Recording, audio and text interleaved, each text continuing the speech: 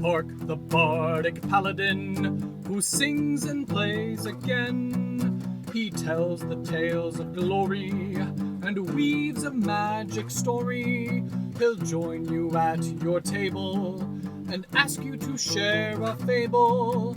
Heroes of humble origin, villains who must be fought again. No matter their skill or prowess, the people in life are countless.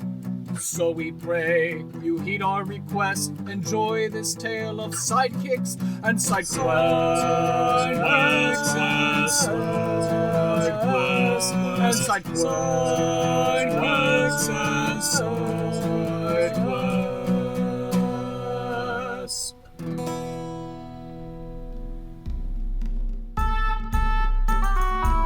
Hello everyone, and welcome to round 2 Electric Boogaloo of Patron Pub Nights here at the Levitating Platter. Woohoo! And we're joined by Goblin Katie Downey, the queen of the Patreon, if I might say. Thank you. It's a pleasure to be able to support such a wonderful, wonderful production. Oh, thank you so much. Yeah, so originally when we, came up with this idea, we were going to do this all for the 100th episode. And, it was just going to be a free-for-all, and figured, we try and do these every once in a while. But now that Miss Goblin Katie has finished up with her busy schedule of various live stream special productions and work and whatever else, now we got the three amigos together, as it were. Hooray! It's been a little busy, a little hectic lately. But it's fun, so I'm not going to complain. Yeah. So, how's it been, Anson? Oh, been pretty good. I was looking at our little show notes document here, and looks like Katie went and filled in her answers or questions to some of the things that we talked about last time. So sure. Maybe this time I can take a little medium back seat, or a middle seat, if you will, and Katie can fill in for kind of the ideas we were talking about last time. As a recap, it was, favorite NPCs, what works, new things to try, and then me grilling Kurt. So I see Katie has some good interview questions there, so I'm looking forward to hearing some of those. But yeah, things are good for me too. Just in kind of a job transition myself, so also been a little hectic, but I'm glad I could take the time to meet with you all today. Yeah. And I know, like we alluded to in the bonus episode, on Anson and I's old podcast, we used to do the segment of what are you drinking? So I know tonight I have my glass here of oh, okay. Yeah, we got some stuff ready to go tonight. So I happen to have a glass of the Balcones Brimstone Fire whiskey, and I mixed it with some Mr. T's Sweet and Sour, and that's what I'm drinking tonight. I think we talked about that last time because you had Balcones, and we were talking about it's like a Waco thing, or Austin. Balcones is based in Waco, Texas. Okay, yeah, nice. I'm surprised you in the Baptist Waco town and there at Baylor didn't realize that this existed there. You're slacking, dude. Yeah. Yeah, I went to college in Waco, so spent some years there. Yeah. Good time. I'm drinking some Jameson Irish whiskey myself, with a little bit of water to open it up a little bit. I know a lot of people think I'm a heathen for it, but frankly, I think it tastes better with a little bit of water, so meh. Mm-hmm. I have my classic Johnny Walker Black, so still nice. The bottle that I bought last year, so not a big rush here. Still in the snifter. Mm-hmm. Yes. Because he don't want me to. But that's awesome. Like, I'm drinking out of a Starbucks tumbler, so. Because I am that girl. Yeah, so now that the opportunity is here and presents itself just kind of here at the top of our whatever this conversation decides to be tonight, it's just kind of cool having the very first Patreon supporter here, and then my newest Patreon supporter here, so it's just kind of cool. Yeah. And then my other two Patreon supporters happen to be on the other side of the door of the room of where I'm recording. Oh, that's awesome. Yep. So you should bring them in. We'll all hang out and drink. Yep. But So no, it's just awesome to have the two of you here, and just maybe curious, maybe the only questions I get to ask tonight before I let y'all kind of take the driver's seat tonight, but just kind of curious, what was your inspiration or your moment that you were like, you know what, I'll go ahead and take a chance on this thing and decide to lend my support to this little harebrained idea? For me, you had, I think I had posted saying, hey, I'm open to doing podcasts. And you reached out and you told me about the theme of the podcast and what you were trying to achieve with it. And I went and listened to an episode or two and was like, this is really cool. This is unique. I've not seen another podcast that does something like this.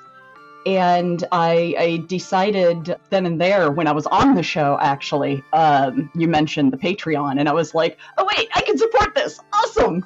So I immediately went and supported it because I believe in the uniqueness and the fun of this podcast. Oh, that warms my heart very much. And I haven't even had it. Well, you weren't super nice, so. Awesome. I mean, there's probably a biased answer from Anson, being longtime friends and all that, but... Yeah, so I've known Kurt since high school? Junior high. Yeah. So we go way back, and I spent a lot of time at his house over there down in Houston. So be sure to say hi to your parents for me. Oh, I will, yeah. Kurt and I also did a show together for a year and a half, right? 2 years, we something started like that. it in 2018, and then it finally shuttered like right at the beginning of 2020. Technically, maybe right at the end of 2019, but it was going into 2020. And then being like, oh, I have this new idea for a podcast. We're going into 2020, a new year. Nothing could go wrong. And then everything changed. Oh, so it's your fault. I guess, yeah. Blank tape going off the air caused the apocalypse. I don't know what else to say. Yeah, way to go, guys. Oops. So yeah, what was the previous podcast? It's like a variety show. The idea was for us to just kind of stay in touch because Kurt's in Dallas and I am still in Houston here. So we wanted to stay in touch. And I think it was every 2 weeks, right? We got together and just chatted for an hour and a half. Yeah, we were modeling off some of our other podcast heroes like Destin Sandlin and Matt Whitman, who do the No Dumb Questions podcast. They're both big YouTubers. And then the influence that Anson had, I believe you said was Roderick on the Line. Mm-hmm. Yeah. So we were kind of looking at those shows and modeling our podcast idea of just like, well, we're two best friends, we're two nerds, and we don't have an internet presence, but we'll just try this medium and see how it works. And, it ended up becoming this new passion. It's certainly for me. And, and I think while we had the time and energy to produce that show, I think it was a very fun thing for Anson to do as well. Yes, it was. Definitely. That's awesome.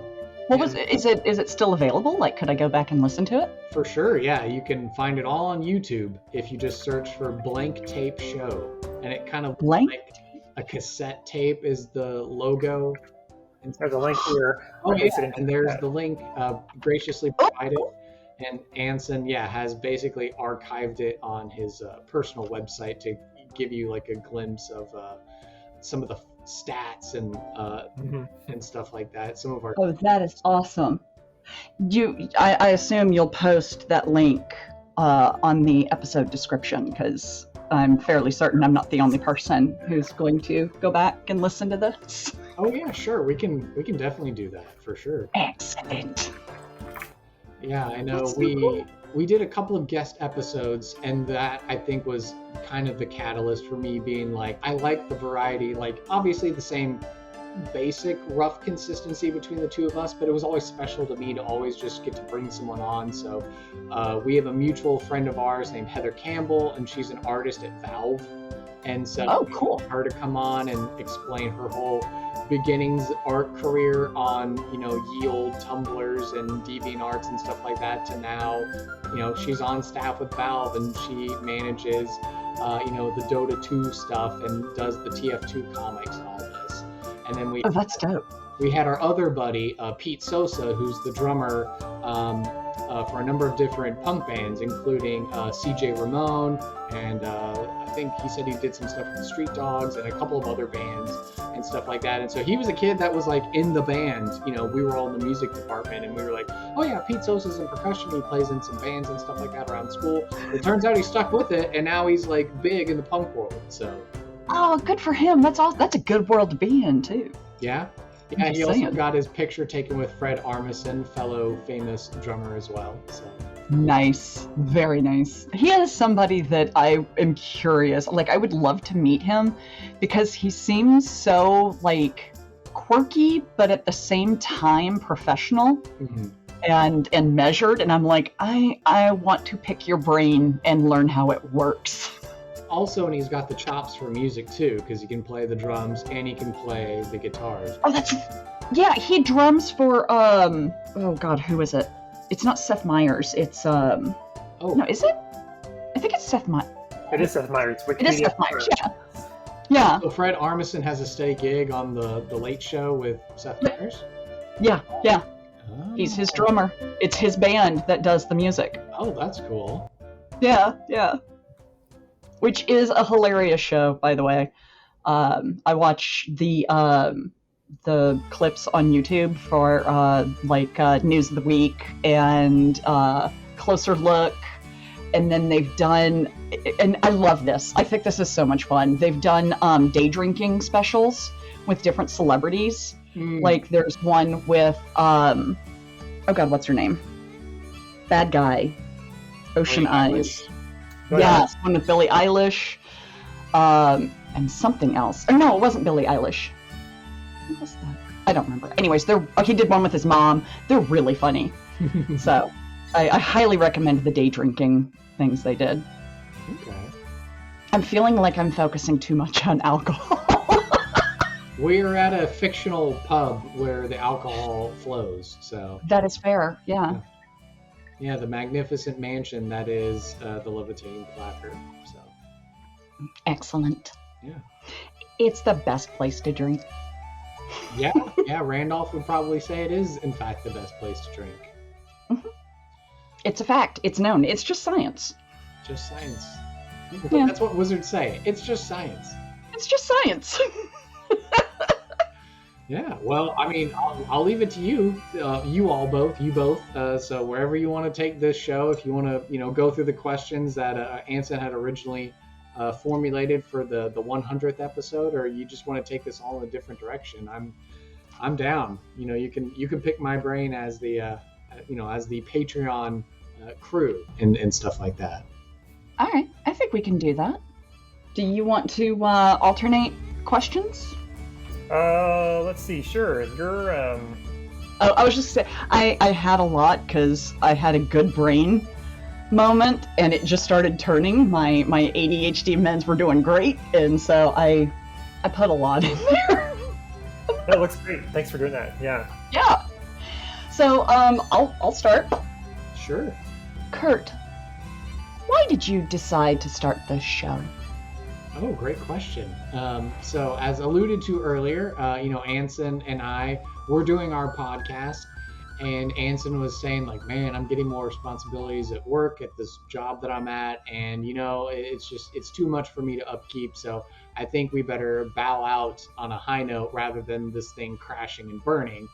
So that's smart. So then we did we did our final episode, and, it was a lot to take in and process, but it was like that was the mature, responsible thing for us to do. So then I was like, okay, thinking back on this Reddit post or this random meme I saw come across where it was like, everybody is an NPC in someone else's life.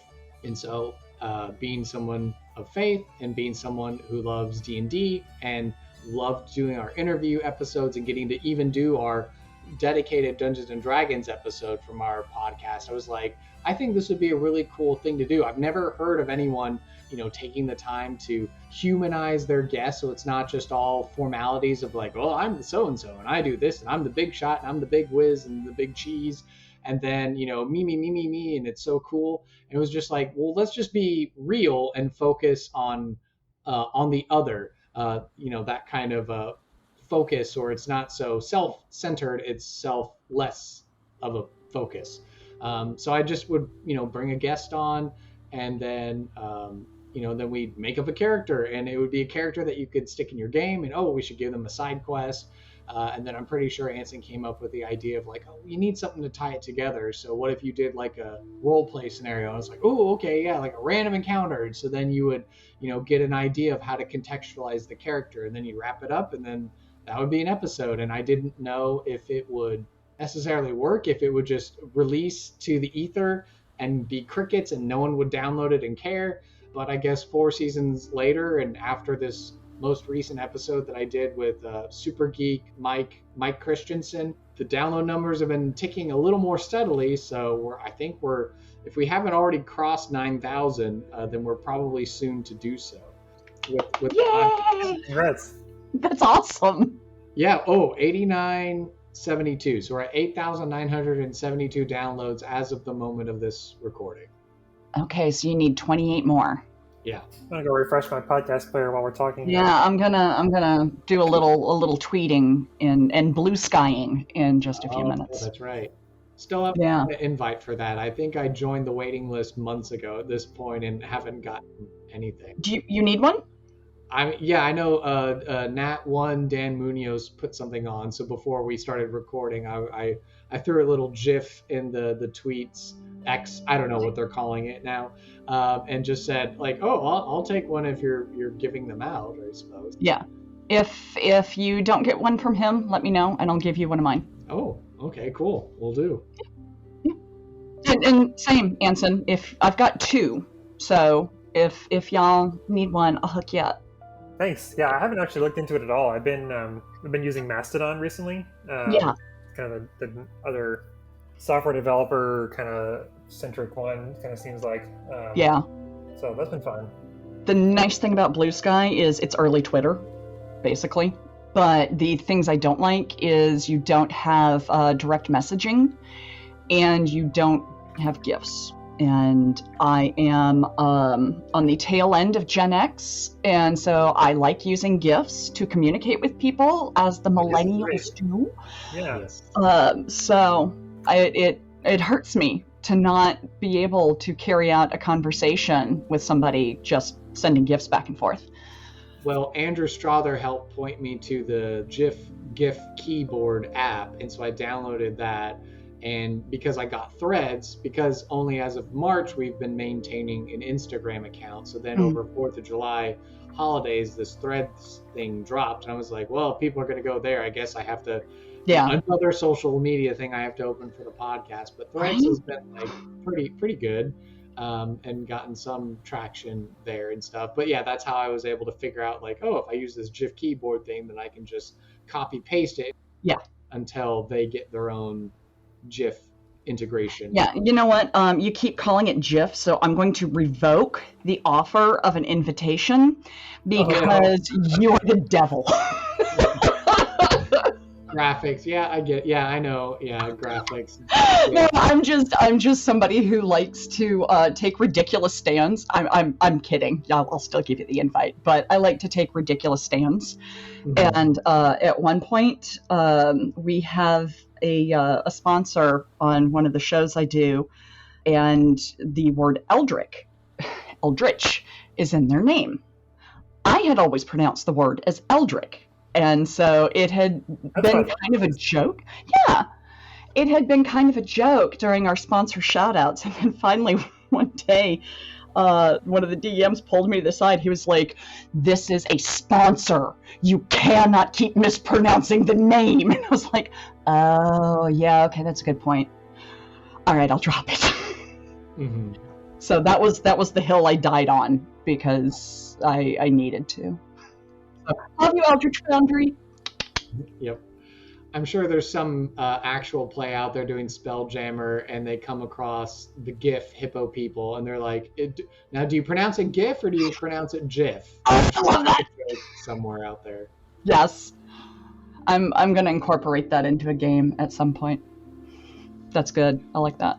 That's only our joke that we can make. Listen, you're you're a plasmoid. You're not allowed to make that kind of a joke. You don't get to say that. You don't get to say that. And it's like, oh, I didn't realize that was such a touchy subject. I'm sorry. I'll refrain from. This is a teaching moment. This is a learning moment. Right.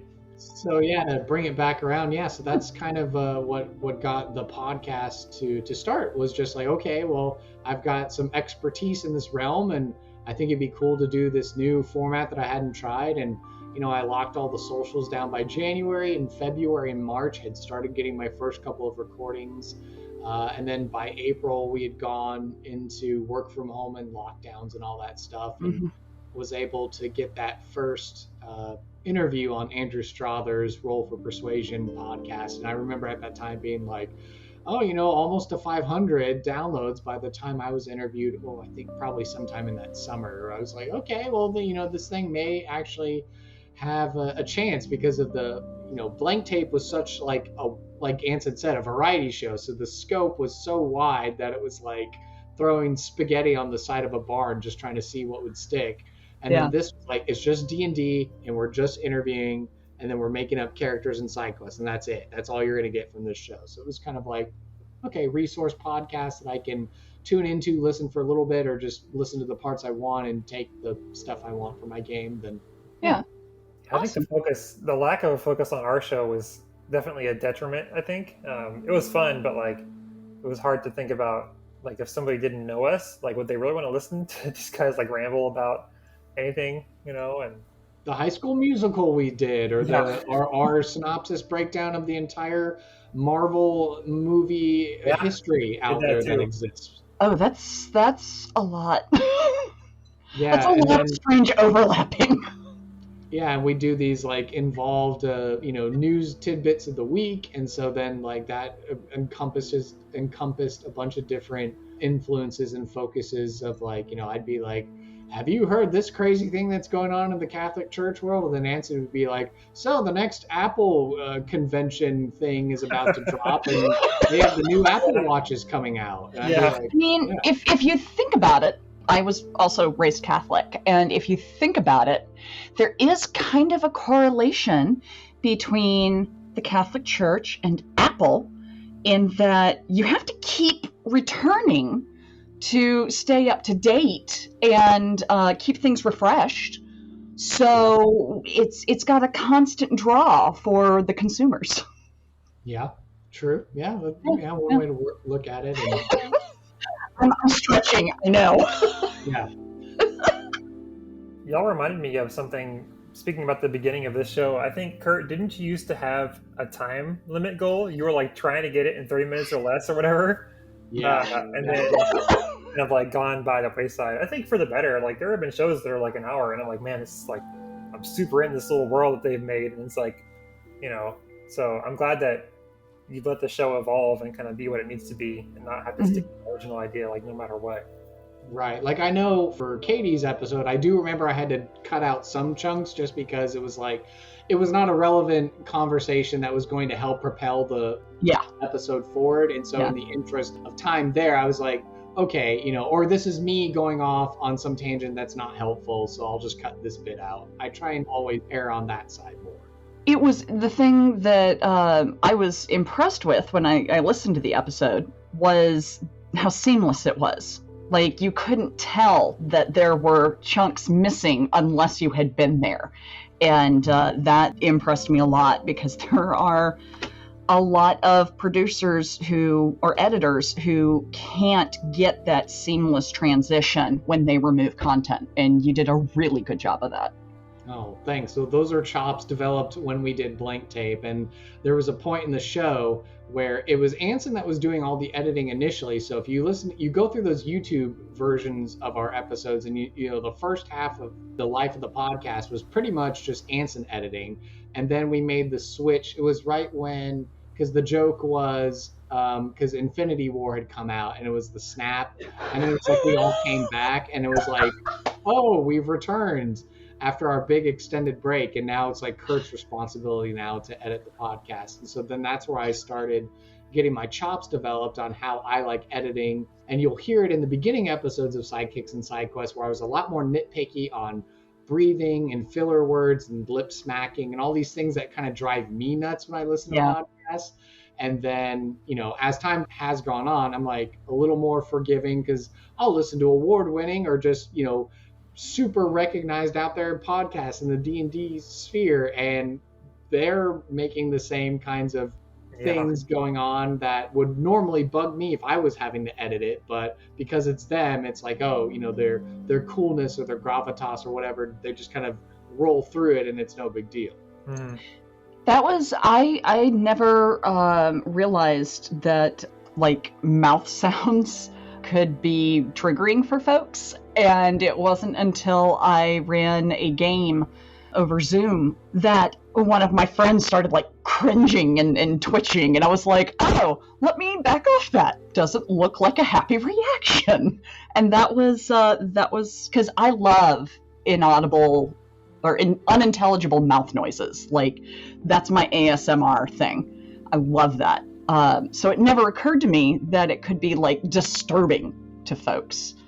So, yeah, just trying to make a good, plausible, and enjoyable listening experience. If the idea of the show is that you listen to the first half for a fun interview, a personal interview with the guest that's being interviewed, and then when we're actually in the character making segment and the random encounters section, that it feels like, okay, we're engaged with the story and the creation of the character to then go into the role play scenario, that it's not taking you out of it because there's just too much nonsense going on or just too many exit points because like, oh, some noise made you think like, oh, did I leave the stove on or something like that? When did I leave the gas on? Of course I didn't. I'm a squirrel. Sorry. Yeah, no, so yeah. I don't know if this has covered multiple questions or not, but yeah. Oh, you're good. Yeah, if you ever need more Patreon bonus ideas and you have like episodes where it's like there's an unedited version that's like full of stuff that didn't make it into the final, you could always release that as like a bonus. Like, oh, the unedited. That's actually pretty clever. Yeah. One of the shows that I listen to does that for members. They call it the bootleg feed, and it's like, rather than waiting for the host to edit it, the host just like releases that like immediately. He just like, okay, here's the audio, boop, there you go, and like that's it, and it has all the swears and stuff. So if you want people to hear your guests swearing, you can have the... my first thought was B-side, just because of the cassette thing that y'all were doing. Well, I think that's what we called it. Yeah. We called it the... Nice. Well, did we call it the B-side? I know we had like Hi-Fi Hero and tracks. We called them hidden tracks is what they were called. If they were like a Patreon bonus episode, we called them hidden tracks. And then you could be like a Hi-Fi Hero or audio aficionado, or we had different creative names for them. And the only people that supported us, surprise, surprise, were my mom and dad. But like I feel like that's how a lot of people, not everybody, unfortunately, but a lot of people get their initial support from their family. And it's family and friends. And that's the encouragement that kind of keeps us going. Yeah. Do you want to ask a question, Anson? Yes, I'll fire away. What would you say, we always like to hear that you say you're the best unofficial Dungeons and Dragons podcast in your humbly biased opinion. What would you say sets you apart from the other tabletop role-playing game podcasts that are out there? Well, one, the big thing, and I remember this was, a compliment paid to me by Andrew Strother when I was on his show for the first time. He was like, 90% of the podcasts out there, they're all actual play stuff. And then it's like, then you get to the other 10% of podcasts, and of those, probably like 8% of them are like talking about news in the hobby or rules or mechanics and stuff like that. Then there's the 2% of the podcast, and it's like you, me, and James Intricasso when James Intricasso was doing his podcast. So, I love James so much. Well, I have yet to get him on the podcast. It's something on the growing to-do list of guests to try and get on the show. But I'll recommend you. Okay. I just figure he's busy, kind of like with all the multitude of projects going on at MC. He is a very busy person, but I know he enjoys making time for interacting with folks, and he loves talking games. So I have a feeling that he'll be down. Okay. Yeah, I mean, the big kahuna, which I remember was the question Anson last asked on episode 100 was, oh, who's someone from the D&D space you would get? And I'd be like, Yeah. Matt Colville. If I could land a Matt Colville episode, that would be amazing. I'm sure he would be like, thanks for the offer, but, there's probably someone else who needs to be on the show and not me. But still, that'd be super cool, and I'd have to resist every urge to not just be a huge nerd that just be like, oh, Mr. Colville, I can't believe you're on the podcast. So I'll confess something. The first this is so dorky. The first I met. Oh God, no, never mind. I'm blanking. We'll come back to that story later in the end. Chris Perkins. That's the name. Oh. I met Chris Perkins backstage at a show I was doing at Gamehole Con, and I didn't know who he was because I had just gotten back into D&D. I had no clue who anybody was, and I met him. I was just like, oh yeah, hey. I was like, oh. I found out later, I was like, oh. Probably should have been a little more respectful, but okay. Yeah. Well, I remember him from the watching on YouTube the Acquisitions Incorporated games that he would do, and the Robot Chicken, and some of those early games that recently Mike Christensen, Super Geek Mike, and I got to geek out about on his episode. Yeah. He's just the nicest guy, like super nice guy. Oh, you were saying the thing that sets you apart. I'm sorry. Yeah, I mean, so I think that, and also the fact of the tagline of the show being like, we put the humans back into humanity, and we're just trying to make interesting and fun NPCs. I mean, I know there's previous guests of the show, Lauren Walsh has an awesome Patreon where she designs all these NPCs that you can, with full art spreads and write-ups and VTT tokens and all this other stuff. And so I know that there's great creators and artists out there that do that, but it's like for the Joe Schmoes out there that are like, oh, well, I mean, I got to run D&D for my kids or my family or my group of friends, and I can't, I'm too stressed to think of a character to stick into my game. And then it's like, well, here's something for free. You can take it as it is, or tweak it so it makes more sense for your game, but then just here's a free resource. I'm not going to make you pay money. It's not going to be hiding behind a paywall. It's just like, just take it as it is. I'm just trying to put something in your hands that you could use tonight. So, maybe like the longest episode of mine might be like 1 hour and 20, and admittedly I'm way behind on show notes and getting those all out, but conceivably you could listen to a podcast episode, jot some notes if I don't already have them down, and then be like, great, I already know how I'm going to use this character tonight in my game, kind of a thing. Yeah. What would you say has been the hardest thing about making a podcast? The hardest thing is probably, so 2 things. So first I would say is the editing, like just being like a solo dude, editing a podcast takes time. And like, if you're in the right headspace to like, I have to sit in front of a computer and listen to this thing, 500 times, in snippets across as I listen to it and make sure it sounds good. And can I be a little more forgiving of myself and just let things go? And then probably just the social media game. Like, and I think Katie and I both have had, conversations and exchanges of like, do you really have to commit to the grind and being out there? I don't have a social media team or marketing strategy. It's just like, when I've got something to say, I guess I'll say it and, just let it travel through the grapevine organically rather than pumping a bunch of money into some mighty algorithm fueled by money and greed and to get people to discover the podcast. I've done promoted posts on the Book of Faces a couple times, and I have discovered that you get a lot of interaction. It doesn't result in a lot of traction, if that makes sense. So it's dicey doing promoted stuff. I have found it's much better to just put it out there yourself and be honest, be true to who you are and what you're doing, and folks will start catching on. Yeah, it's been slow going. There's a bobby pin right here for some reason, but thinking of the metaphor of like trading up with the paperclip thing. So it's like, as I get more guests and, build up the repertoire of episodes and stuff like that, and I can, so people who may be bigger fishes, I can be like, well, I've had all these other people on my show. Are you cool with being on the same podcast that these other people have been on? And then they might listen to a couple of episodes and they say, you know what, actually, yes, I will be on your show.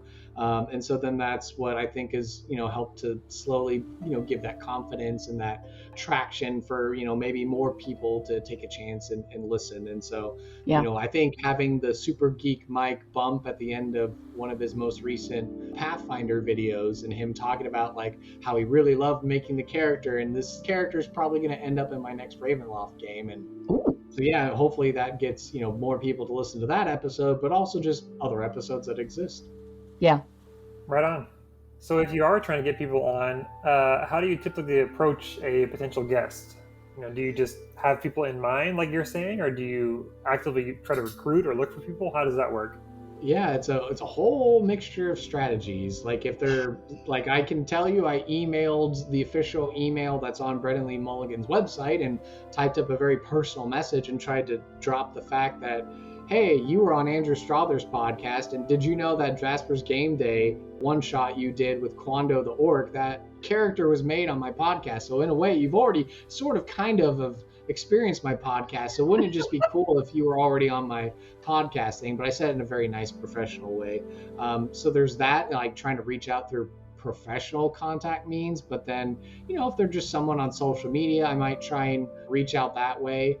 Whether it's like a Facebook Messenger or it's, I guess now Instagram DMs, or the other day, I think she goes by like Scarlet64 on Instagram or something. She has an X in the Scarlet or whatever, but I saw when I was pulling up Twitch and then I saw like, oh, hey, recommended channel. And I was like, oh, I didn't know she had a Twitch. And so she just, I said, okay, I'll follow her Twitch stream. And then I pull up the video and she's like, oh, hey, Kurt Plays Bass, welcome to the stream. And I was like, oh, hey, I follow you on Instagram and I do this D&D podcast. And so she was like, oh, cool, what's it about? And I explained it. And she's like, oh, cool, I'd be down to be on the podcast. And so I've sent her an Instagram message. And so we'll see if anything comes beyond that. So I guess it's a mixture of strategies of just trying to pop on people's Twitch streams and go through their website channels and email people and stuff. Trying to work with Christina Ariel, because I know she was a guest on Andrew Strother's podcast, but obviously she's kind of busy with all the Star Wars stuff, so I don't know if she'll get back to me in a timely manner or not. Her Captain Marvel cosplay is my favorite Captain Marvel cosplay I have ever seen. She looks amazing. Well, she did the BuzzFeed video, right? And then she also did the Misty Knight, the Luke Cage character. I'm not sure. With the robot prosthetic arm. Oh, yeah. She twirled the gun. And...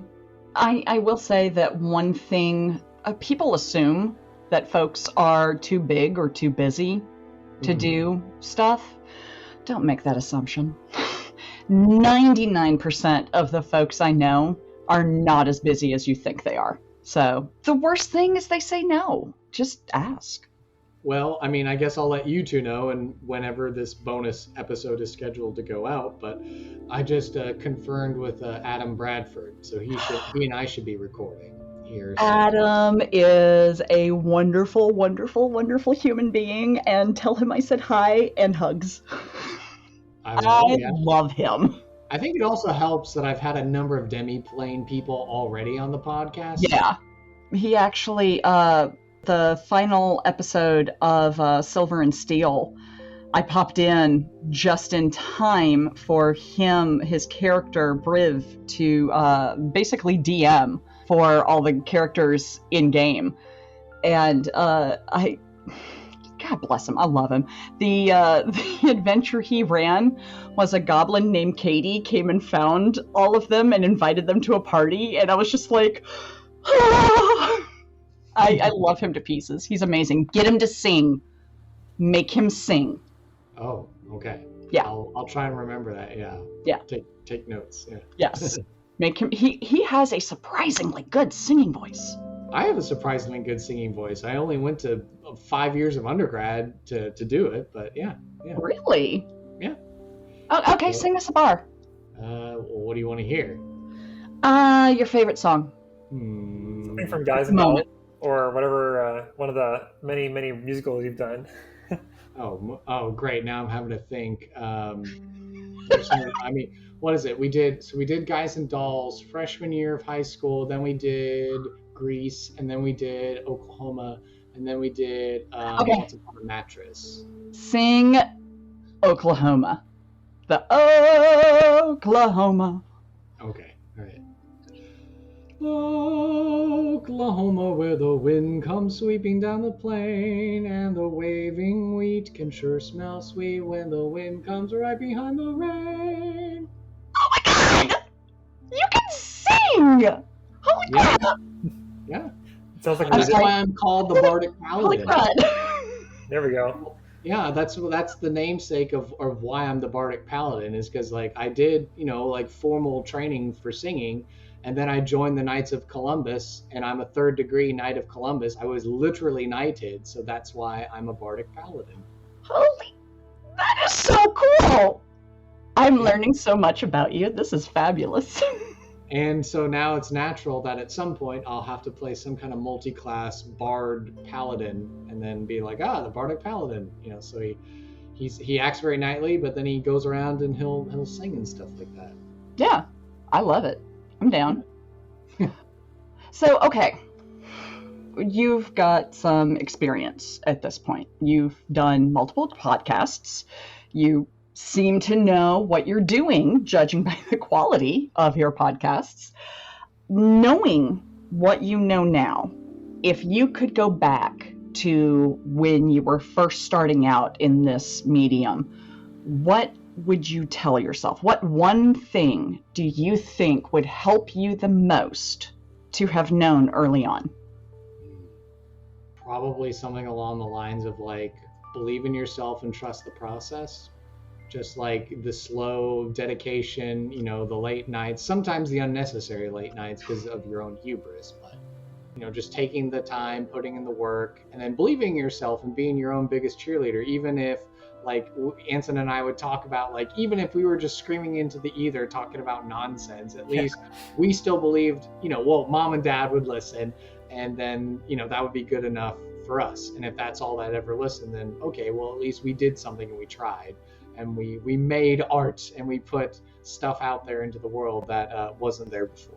If I can dovetail on that to our wonderful listeners, if you can't be the artist itself in that moment, being a patron of the arts is a wonderful alternative. Letting people create beautiful things that enrich the culture surrounding you, and supporting the things that you enjoy and believe in is actually a wonderful way to be involved. So head over to the Patreon and sign up. I'm just saying. There you go. Yeah. Shameless plug. Shameless plug. Let's see, whose turn is it now to ask a question? Anson. Yeah, that's me. We're doing some highlighting here as we go. So I guess kind of related to that, if you could go back and like redo something, and I know it's kind of like you're kind of like locked into this format going forward, but if there's something that you could kind of like snap your fingers and change something about all the episodes you've done, what would you like retroactively like redo across the board? Yeah, no, that's a good question. I mean, being inspired by some of these other podcasts that I've listened to, like I think I mentioned when we did the previous Patrons Pub Night, the Inn at the Edge of Greenwood does really good with soundscapes. Kenneth Vigu in the Chat of Fallout 76 podcast does really great with incorporating sound effects and music. And then, the team over at Kill Every Monster, of course, does really great with like sound effects and ambiance and scoring and stuff like that as well. So leaning more into the Bardic aspect of the Bardic Paladin, if I could change it and make it work, yeah, it'd be really cool to have like, ambiance tunes, or maybe like like little minuets or scenes or something like that, with like the different musical cues and the vibes going into the different questions, or adding in soundscapes or sound effects when we get to say like the random encounter. So then it's like, Duncan is walking through the swamps and he's about to meet Reginald, and so you can hear the squishing mud, you can hear like the bullfrogs, and just like you feel like you're in the humid swamps of somewhere in the south, and then that would, so you could feel more in it and,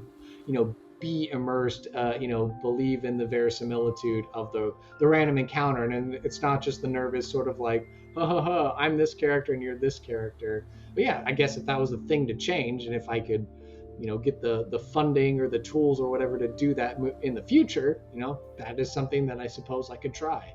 Hire a Foley artist. Yeah. Yeah, you need a Foley artist. I know a guy. Okay, so with the guests you have had, present company excluded, who do you think, in your opinion, were the top 3 NPCs in your mind? And it's not about popularity or anything like that. It's more about your personal taste. I know Anson asked some sort of variation on this question about like, who's your favorite? And I was like, oh, they're like all my children and I can't choose between any of them. But I remember answering him at least with picking, some episodes that have like stuck out with me and that have been cool. I know for sure in the game that I was running for work, I did deploy Gaznor, the Sailor Troll, in my actual game that I ran. So that was a really fun NPC to actually get to introduce into a game of Dungeons and Dragons. And, my wife was in that game. She doesn't listen to the podcast, but she was like, had never heard of this character before. And then, of course, all my other coworkers, hadn't heard the character either. So it was really cool for them to get to meet this troll with a wooden leg and, the eye patch over and just hanging out in the tavern, and then getting the tale about like, oh, there's the treasure hidden in the well on the nearby pirate-infested island. And so that was the way I kind of edited it for my purposes. So that was a really fun one that stuck out. Because I've had a good rapport with them, on Discord and stuff like that. Getting to talk with Benjamin Huffman and Dane Fox McGraw, the boys from Dispel Magic, when they did their meta episode of the Hexblood sibling fantasy game designers that were also Stonemouth podcasters. That was just a good bit of creative energy. Yeah. And I just had my episode on their podcast come out where we discussed the Hallow spell. So that was a lot of fun as well, too. Okay, I'm gonna need a link to that as well, please. Okay, yeah, we'll make sure we throw that in the show notes. Excellent. Here as well. I'm just building your show notes as we go. Sure, yeah. And then just trying to think, and then this obviously recency bias, I think, is what Super Geek Mike said. But, his episode was also really fun to do, too, just because, we made this awesome character and he was super excited by the whole process. And then I'll also go in and throw in Legal Kimchi's, Alex, Legal Kimchi's episode, where we invented a whole new species of mimics, the metal mimics, the armor mimics. So that was a really cool episode to get to do some world building. I loved that one because mimics are near and dear to my heart. So the fact that y'all built on that made me super happy because Legal Kimchi is amazing. Absolutely wonderful. I'm a big fan. Yeah. Yeah. And I like going back to the, the old episodes and, the simple ones that were just with friends. Anson's already had a couple of episodes on with NPCs and, getting to listen to the Arendt Defarinen episode is also a treat as well. So yeah, I love them all. So it's nice to go back down memory lane. Excellent. We're getting down to our last 3 here, and we're kind of leaving the world of the podcast a little bit, so entering more of Kurt's world. So when you start writing your own characters or NPCs, Kurt, what do you start with? Do you roll the same tables that you do with your guests, or do you have your own slightly different process, or how does that look like? Oh, like when I'm running games? Yeah. Yeah, I mean, if it's going into a game, I might do... Like, I think, like, oh, what's this shop? And, well, now that the podcast exists, yeah, I might use some of the tables to generate ancestries or species or races or whatever the terminology they're using. But, right. I might use that as a starting off point to invent characters. I know when I was running the game for work and I had to invent different characters from some of the different factions, I definitely went to the ancestry table from the podcast and would roll that randomly to figure out, like, okay, who's this character? And then I might use a random name generator, like to kind of come up with names and then kind of get an idea of like who the character is. And then sometimes just collaboration. with the players themselves, if it's in a backstory type setting, in developing who they are. Like I know in the game that I was running, Anson was one of the faction leaders, and so he invented his faction leader's character, and so he and I got to discuss who this character is and what they're all about, what are their goals and everything like that. And then you also got to kind of invent your lieutenant as well. So if the player characters ever had to interact with your faction, they may not necessarily talk to you directly, since the faction leaders and the captains were kind of asynchronous as to the actual party themselves. Then they could have an NPC that they could go to, and so you had a hand in inventing a Koshi, I think was the name of the kobold assistant of yours. Yeah, that sounds about right. Yeah, I think, because you named the NPC after like a composer, right? Like a modern composer. Now I'm on the hot seat. Oh. I mean, I'm sure I could go into my my notes and pull it up later. But yeah, I remember you invented like a little kobold lieutenant of the mallets. And that was, if the player characters had ever gone to Mallet's HQ, they probably would have talked to her. The name doesn't sound familiar, but I trust you on that one. But yeah, so we're doing some external talking here, so we're multitasking. So don't worry, we'll cut it out if it's not interesting. I'm being really distracting with badgering Anson with questions. So, hi, it's me. I'm the problem. Love that album. So, yeah, that was the game that we're doing with the asynchronous factions is a really cool idea. That was a Matt Colville, as far as like, your friends who can't play D&D with you, have them run like some of the big important NPCs. So that was like a fun sub game I got to play with all these other people who obviously couldn't be in the game, but just getting to converse with them over social media and email and stuff like that really helped formulate as well these rich backstories and environments for the whole world that is the Cadence as part of Harmony and such. So Cadence has been hugely important as far as my home game has been concerned. Originally just my wife and I just discussing something on a road trip up to Oklahoma, and then starting to run this game, and then bringing in the asynchronous players and being like, well, who is this faction leader and what does it mean, and like what are the important things to you, and then talking to individual player characters and developing stories from there. So like my whole home game world is just much richer now. Yeah, so let's see. I've got a couple here that are echoes from last time, but let's see if we have any updated second thoughts here. So we kind of mentioned this earlier. If you could have any member of the D&D community on the show, who would you have? Are you going to stick with Matt Colville for that one? Sure, him, James Introcaso. Yeah. I'd love to have KP on. I think he's more local now. KP? Yeah, KP. Oh, KP will do it in a heartbeat. Okay, I know he's been really busy. I know he's an expectant father and all these other things. So congrats to KP and fam. Yeah, I know he would be amazing to have on. Yeah, I'm just, like I said, I'm still open to anyone cool wanting to be on the show. I think maybe over some other Deborah Ann Wall would be cool to have. I know she's probably busy. The other interesting one that I thought of the other day, Jonathan Raumian, the guy who plays Jesus on The Chosen, was a voice actor on Fallout 4. He would be a fun one to have. Or, actually, I'm reminded now because I remember this was the thing that you posted on Twitter. It was like, name your 5 celebrities that you'd want to have on. And I remember Jonathan Raumian is on that list. But I think I also said like Henry Cavill. I think Henry Cavill would be cool to have, just because I know he's a huge Witcher and Warhammer 40k nerd, that I feel like if he's not already playing Dungeons and Dragons, surely someone has tried to wrangle him into a game somewhere. Oh, he's got to be. I cannot believe that anybody who is as big of a nerd as he is not already into tabletop role-playing games. And in my heart of hearts, he is a D&D nerd. Or he's playing the Warhammer tabletop role-playing. I could see that, yeah. Yeah, I could see Warhammer. About the Imperial and the Undying Emperor or whatever. There's so much Warhammer lore. I could see him just diving into it. And on that note, probably some of the other Dungeons and Daddies crew, so like Will Campos, Matt Arnold, Freddie Wong, any of them, maybe even Anthony Birch. Beth May was really fun to have on as an episode too. So yeah. And part 2 of my question is, if you could have any person who is not a traditional member of the D&D community on your show, who would you have? Yeah, so that probably gravitates back to like the Jonathan Roumie, because as far as I can tell, maybe not explicitly involved in that realm.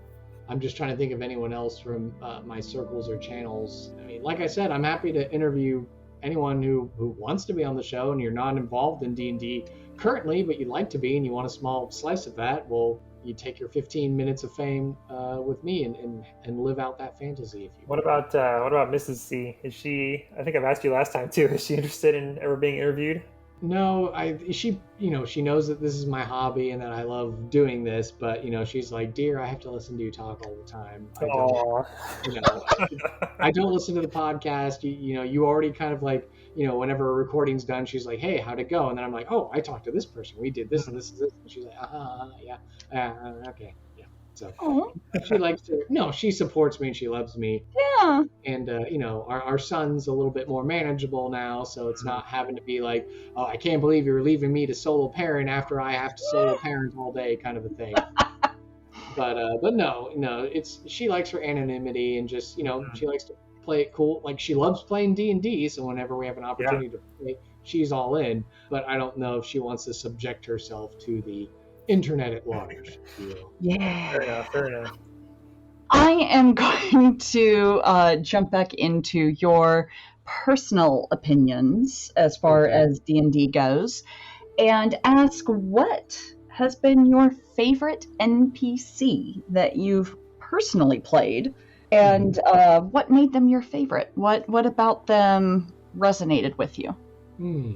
Well, I know, like, my coworker Catherine Spittler and I, for our game that we were playing, we extensively together worked on these huge genealogies of NPC characters related to her character, not just, biologically, but even just like, because her character was from the Cadence, so she had so much connection to the setting of where we were playing. So she would be one to be like, well, if I wanted to do this, where would something like this be? And so then we'd have to collaborate and work like, okay, well, you would know this shopkeeper and this shopkeeper specializes in this. So I think some of my favorite NPCs that I've developed sometimes have just been organically through maybe like writing back and forth or collective emails, with other guests and stuff like that. I think some of those instances where it's more of an opportunity where maybe they're like, oh, I know that this person exists, here's their name, but I don't know who they are. And then it's like, it gives me a chance to kind of like bounce back and forth and have someone to like react against in the story. I know I was commenting to Catherine the other day, I was like, oh, I was going back and reading some of the stories we wrote back and forth. And so towards the end of the campaign, they had made it to the mainland. They're traveling through this swamp and, she was on maternity leave, which was explaining why she wasn't normally playing in the game. So we came up with, okay, we'll do a dialogue back and forth to explain why your character's away and come up with a really interesting scene. So using some of the Matt Colville MCDM retainer rules, she meets up with this band of orcs, half-orcs, and humans who've escaped the slaver colony that exists. And so she's speaking to one of the faction leaders. And I just remember the really poignant scene where she followed the dissonant orc gods, but because she had become enslaved, she like had become like agnostic or had abandoned all the gods because, she had been betrayed. And so her character is this half-orc cleric coming into the space to meet with all these refugees and stuff. And so I had this really cool moment before like the whole short story ended, where she's watching her finishing up all her ministerial duties and she's like drinking from a water skin and leaning up against a tree. And so Catherine's character comes over, oh, thank you so much for watching over. And then Dak was the name of the orc woman who was, went into this treatise about like, oh, the gods abandoned us, so then why should I care? And then she pulls out a holy symbol of the old evil orc goddess that she followed, and she's like, oh, if I could just crush this in my hand, and then that goddess would feel just a fraction of the pain that I would know. Then her character Raka was like, okay, well then do it. And so then I wrote like, okay, well, she calls the bluff. And so she squeezes as hard as she can until she can, because they're right there by the tree I thought of. She rounds on the tree. She starts punching the tree with the symbol in her hand, and every punch is accentuated with a grunt or some sort of swear word or something. And she keeps going harder and harder, and she keeps hitting it to the point where she, they're snapping, like something breaks.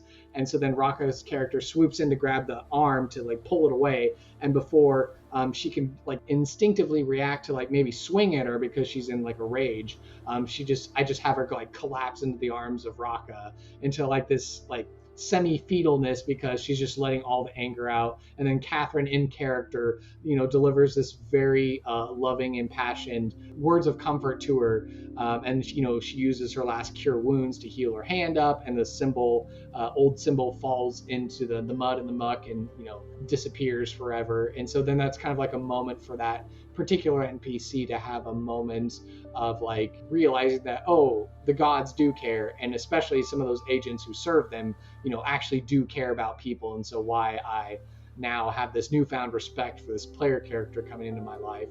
Then I said, okay, well, she becomes your retainer, because now you have to go track one of the other rebel faction leaders that's trying to meet up with the big bad that you're fighting currently in the swamp.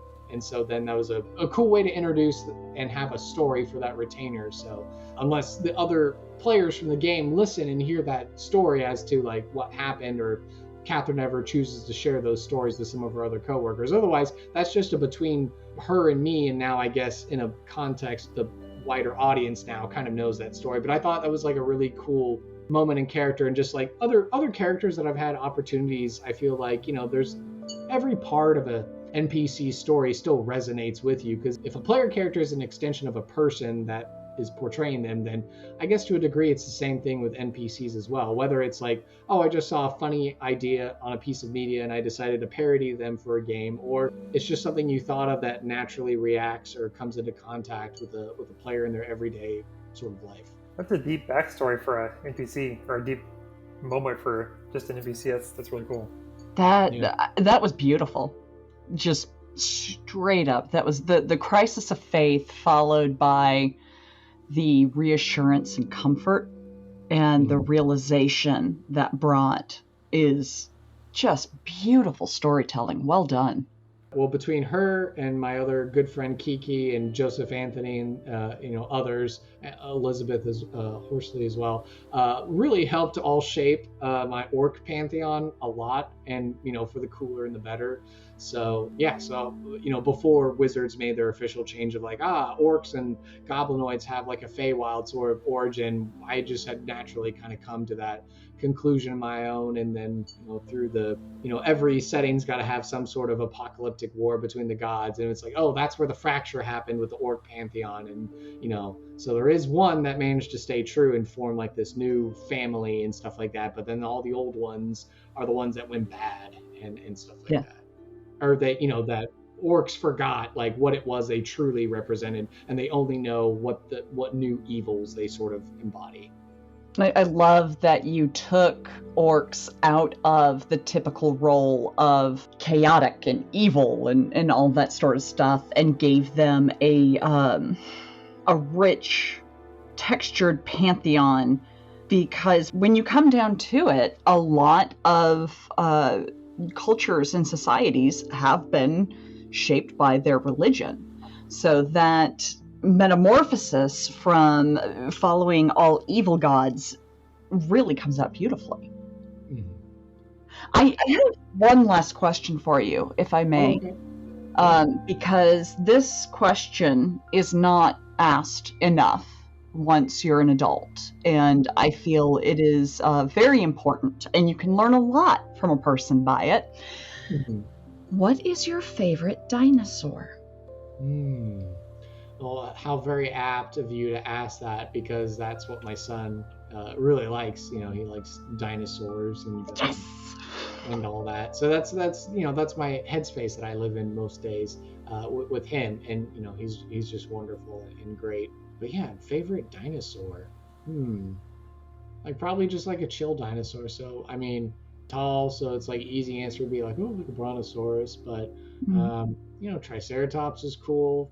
T-Rexes are cool, obviously, and stuff like that, but, you know, Jurassic Park and whatnot. I don't know. I mean, I guess probably like a Triceratops is pretty cool because it's like they're good offense and defense as well, and they just want to like chill and not hurt anyone and stuff like that.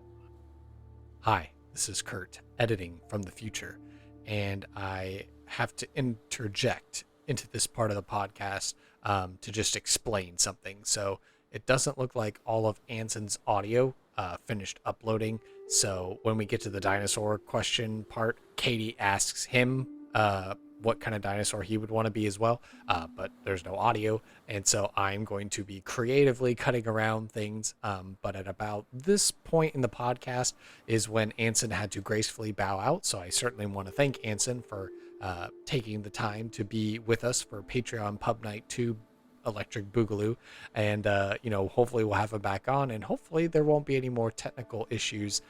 Just to offer up a quick explanation, and back to the podcast. Pterodactyls are too edgelord. Yeah, don't you remember Jurassic Park 2? They had to like go through the whole. It was the second one. They had to go through like the whole pterodactyl aviary thing, and it was all like funny and spooky, and then they would just swoop through. So it's like, yeah, pterodactyls are terrifying. I don't know what you're talking about. It's flying and aggressive. This is not a good combination. Right, yeah. Take me back to the Triceratopses where they're just like grazing in a field and they look majestic. Yeah. My favorite is the Stegosaurus, and I still remember the Stegosaurus song from kindergarten. That's good stuff. Yeah. I'm down to still talk. I know Mr. Anson said he was needing to pop out, and you know, it could still be an opportunity for you know, Katie to still ask her questions and give her suggestions too. So by no means am I trying to cut us off short or anything like that. This is your patrons pub night, so I mean, you know, people bounce and then some people stay at the bar longer, I guess. I am one of those folks who will close a bar, so yeah. Only good things about Anson from here on out. Anson, it was lovely meeting you. All right. Night. Cheers. Bye. All right. Okay. I was seeing here you had some, you know, some suggestions and announcements, and oh, I see. It was announcements of new Patreon perks, and then you had like maybe some suggestions you wanted to kind of throw around or talk about other stuff. So yeah. Yeah. If you don't mind. I've still got drinks, so. Yeah, I do too. Again, Starbucks tumbler. So I'm in for the long haul. Okay. So you were asking about Patreon perks. Yeah. Patreon is actually one of my favorite websites that has come out because there are things that I love art. I love art. I am an actress at heart. I love it. I have absolutely no talent for dancing or illustrative art. And so I discovered Patreon and realized that while I can't do these things that I absolutely love, I can support the people who do. And so the idea of Patreon perks is exciting. I personally love just being able to support the person doing something they love, and that is awesome. But you asked about perks. The questionnaire asked about perks. So I had a couple ideas that I would love to bounce off you if you're interested. Okay, yeah, sure. Okay. The first one I called a seat at the table. And what this is essentially you pick 2 Patreons. This would be a higher tier because it requires more organization, more scheduling, all that kind of stuff. But you would pick maybe 1 or 2 of your high tier Patreons and schedule a game with maybe 2 or 3 of your guests playing the NPCs they created, and the Patreons get to do a one-shot with them as those characters. Yeah, that's cool. Certainly, I know with the aristocratic level finally being unveiled at $10 a month, that's where it was like, oh, the tri-monthly game, so like once a quarter, if you're at that level, yeah, we'll try and, you know, get a game together and stuff like that to play and organize that as a one-shot deal over Demiplane, which is the service I'm most comfortable using at this point. Oh, Demiplane is awesome. Like, Yeah. I've poked around on it. I've never played Pathfinder, but I have poked around on Demiplane, and that is a solid resource. It's good. The second one, Okay. stick figure portraits. Basically, say $2 tier, because it's not terribly involved. At the $2 tier, as a reward, you would get the joy of seeing a figure of the NPC on the most recent episode, illustrated in stick figure format by yourself. Oh, okay. It's like a very, very rough. Oh, very rudimentary, very rough, rudimentary, absolutely no AI, because AI is not good. Mhm. And just sort of a silly little fun addition that you can add to folks. And again, $2 tier, so it's not, more people can enjoy it. And stick figure, so it's not a huge burden on you to produce. Okay. I mean, I could probably even. I mean, I have some rudimentary art skills, so I mean, I could always try and do a little more involved than just a stick figure. But okay, like, you know, if that's something that's more interesting to do, at least with every episode, especially if, you know, it's fresh in my mind and it's something that I could easily put together, I'd have to go through retroactively for all those other episodes that maybe don't already have artwork involved. That, or you could just do it from here out. Like, from one point on, I should say. Not from... Do it from this episode. I want stick figures of me and Anson. Okay, yeah. Okay, yeah, that might be something cool to do. I mean, yeah, especially as far as like more something tangible to reward, because I feel like at this point it's like very sort of like I get inputs and then they get added to a table, and then it's like then you just have to listen to all the episodes and figure out like when are my inputs going to be used and stuff like that. So the third idea I had, I called In a Sticky Situation. And that is that at the, say, $3 or $4 level and above, you get, when you sign up, you get a sticker of the show's logo. And the advantage of this is that not only do people get to display their love of the show, but they also have an opportunity for folks to ask them, hey, what's that about? And they get to tell folks about a podcast they love. When they asked. Sure. Yeah. Okay. Yeah. Stickers. Yeah. I mean, I know people love stickers. It's just I didn't know how feasible it was, you know, to do manufacturing stuff. But then again, just down local where I live, I was able to find a local print shop, and I made all those business cards for the podcast. So now that would be something easy to stick in with a bunch of stickers, I suppose. And then it's like, hey, here's some business cards, and you can give them out or whatever to people. If you need a recommendation, I've had stickers printed for both myself and D4, and I have a good company to work with. They're not too expensive. The stickers are great quality. The fulfillment time is really good. Okay. So I would certainly love if there were stickers of the fan art that Sam Rusk made of Duncan. So that would be a pretty cool sticker to have. I'd have to make sure it's cool with Sam, because I mean, I know it's like her art, and so I don't want it to just like me profit off her art or whatever that, you know, she made out of her goodness, because she was like, hey, I really like being on the show, and if you want me to do like a doodle of your character or whatever, I'll do it. So it is so amazing when people lend their talents to what you're doing. The excitement you get when folks are so inspired by your work that they create something is amazing. It's such a cool feeling. And I like seeing all the little Easter eggs that I got to tell her about, like from the various random encounter adventures he's been on. So you can see the deerskin loafers with the coins, inside the shoes. You can see the wooden spoon in his belt loop for when he talked to Mrs. Lily and the spoon of justice. You can see the Quando crossbow contraption on his wrist, and so those little Easter eggs that you're like, oh yeah, I remember that episode when he was on that random adventure. Yeah, That's awesome. Okay, so I need to jump back because the final idea I had ties into ideas for new things to try. Okay. So I'm going to kind of jump around here.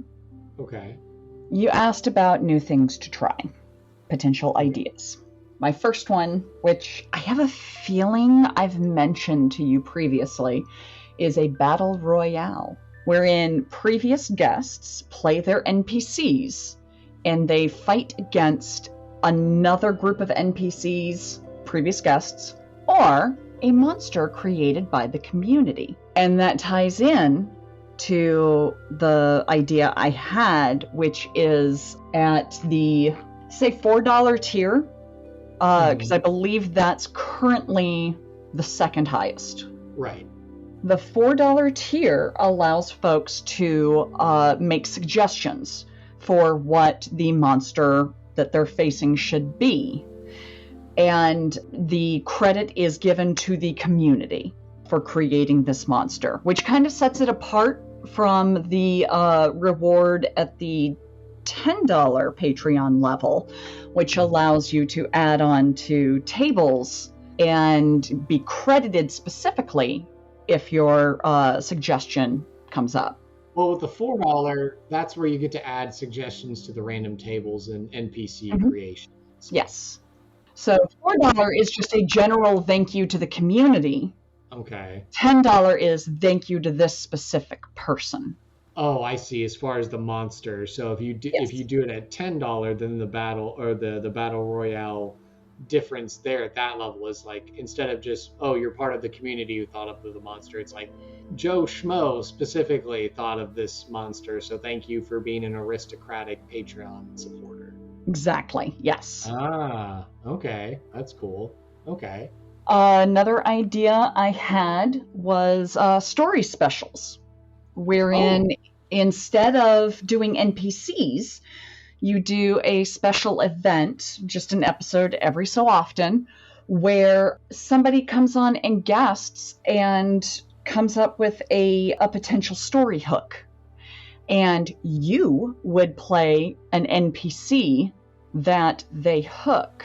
After the first half, they describe it and what the idea is and how you can carry it into your campaign and adjust it for your NPCs. And then they implement it with you playing a PC and being hooked into the adventure. Okay. So definitely more of an extension on the side quest questions, where it's like more explicit world building going on and explaining, like, the deeper ramifications of, like, well, why is it for this particular setting or set of circumstances why this is a thing. And then I'm playing an adventurer character who gives an example of being swept into the hook. Exactly. Okay. Because that makes me think of, like, of how Kill Every Monster does it with the monster, where they explain the monster, and then it's like a whole story thing where Aram gets to be player character, and then the guest is like the monster, and then they do like a combat thing between the two of them or a group of adventurers against the monster or whatever. Right. And in this case, instead of it being the development and fighting of the monster, it's more about how you would set up a story to be dovetailed into a major campaign, like a side quest.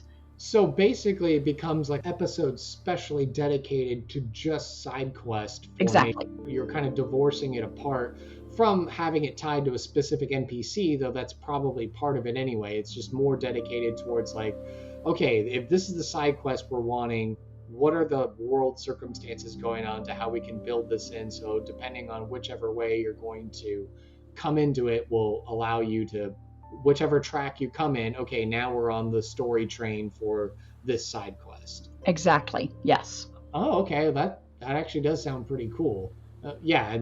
Give everybody, former guests or new guests, kind of an opportunity to try their chops of just like all we're doing is side quest development, so they don't have to necessarily worry about all the ins and outs of a NPC character specifically. Right. Okay. All right, that's pretty cool. And then my third suggestion is I called it a TTRPG Good News Brief. There is so much Rage to Engage content online. Mm-hmm.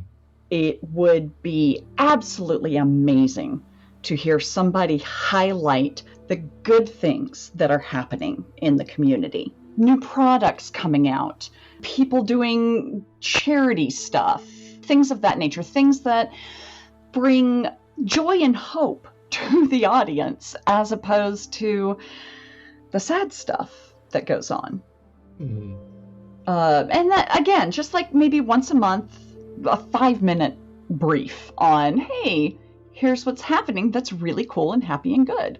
Okay. Yeah, no, I like that's an easy like bonus episode to just sit down real quick, record locally, and then just kind of have it be stream of consciousness based on some cool thing I've seen in the hobby space, or like some game I've had the opportunity to try or something like that. That's just a bit of positive good news, and to try and get people to check out the story or whatever is going on, maybe some charity initiative or whatnot.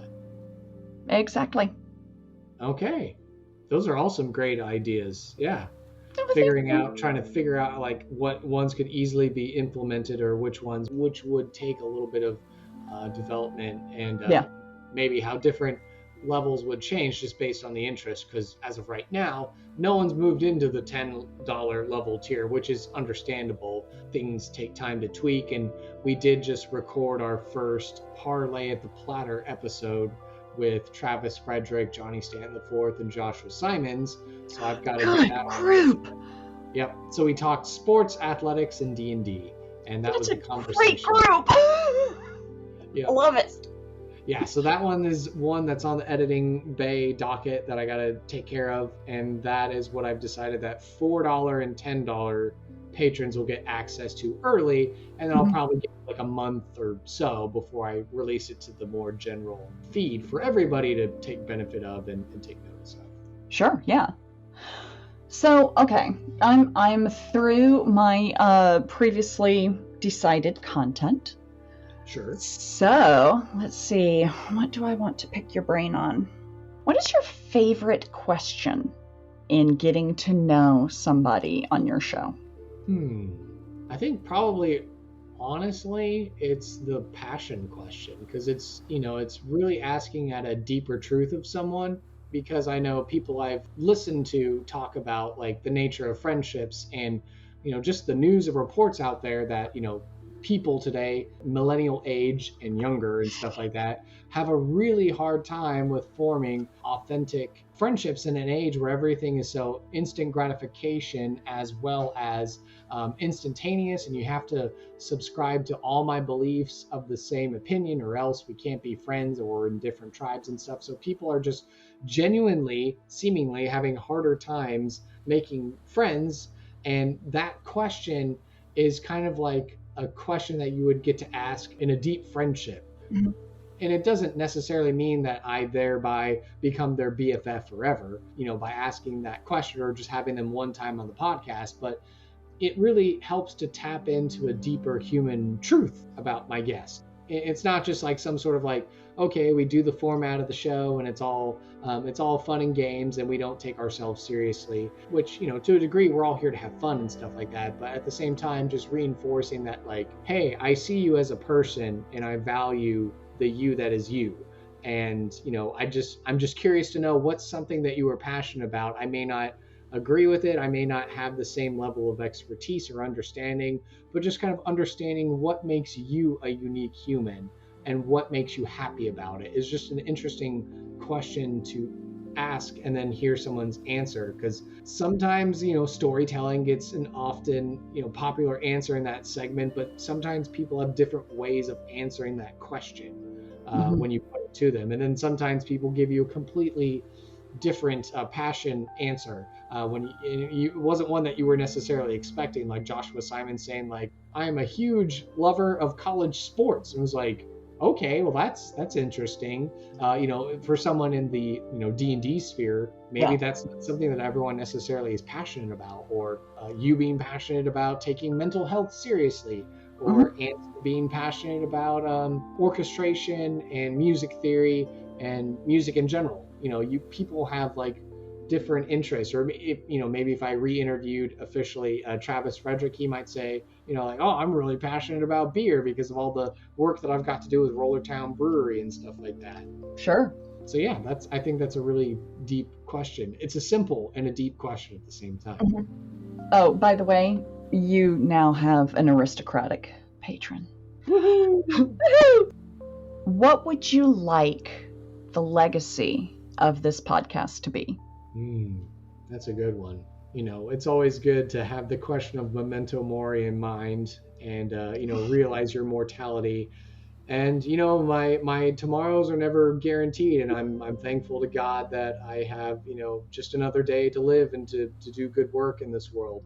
Mm-hmm. So I would hope that the legacy of this podcast would be that here's someone trying to be an authentic human being that has fun and sees beauty and truth and goodness in the world, even if it's maybe through the lens of something that may not have a particular real world application or meaning, but that we can find it in those passions and those hobbies and these things that we love, because everything is a seed of truth and goodness in the world. So I would hope that not that I'm going to be the next Tolkien or anything like that, but that I just would hope that people would be like, here was a guy that was trying to make a difference in his small way and make the community a positive place. And yeah, you know what, maybe everything he stood for on a personal basis I didn't agree with, but I respected the hell out of his integrity and what he stood for and what he was trying to bring out, not only in just himself, but he was trying to bring that out in other people as well, to make them realize, that there's more to us than just the labels that we give ourselves or whatever. That is an amazing answer. I love that answer. So, are you a forever DM, or do you play as well?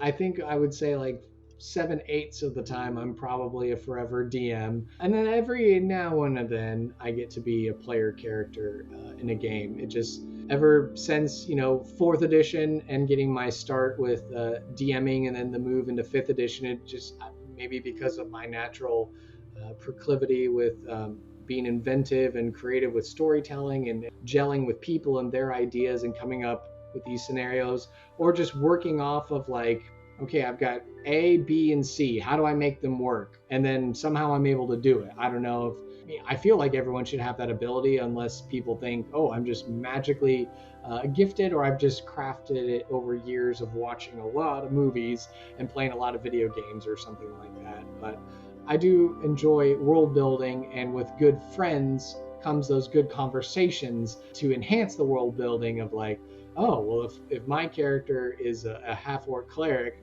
who is a war priest, but my goddess is in the trickery domain, what does that mean?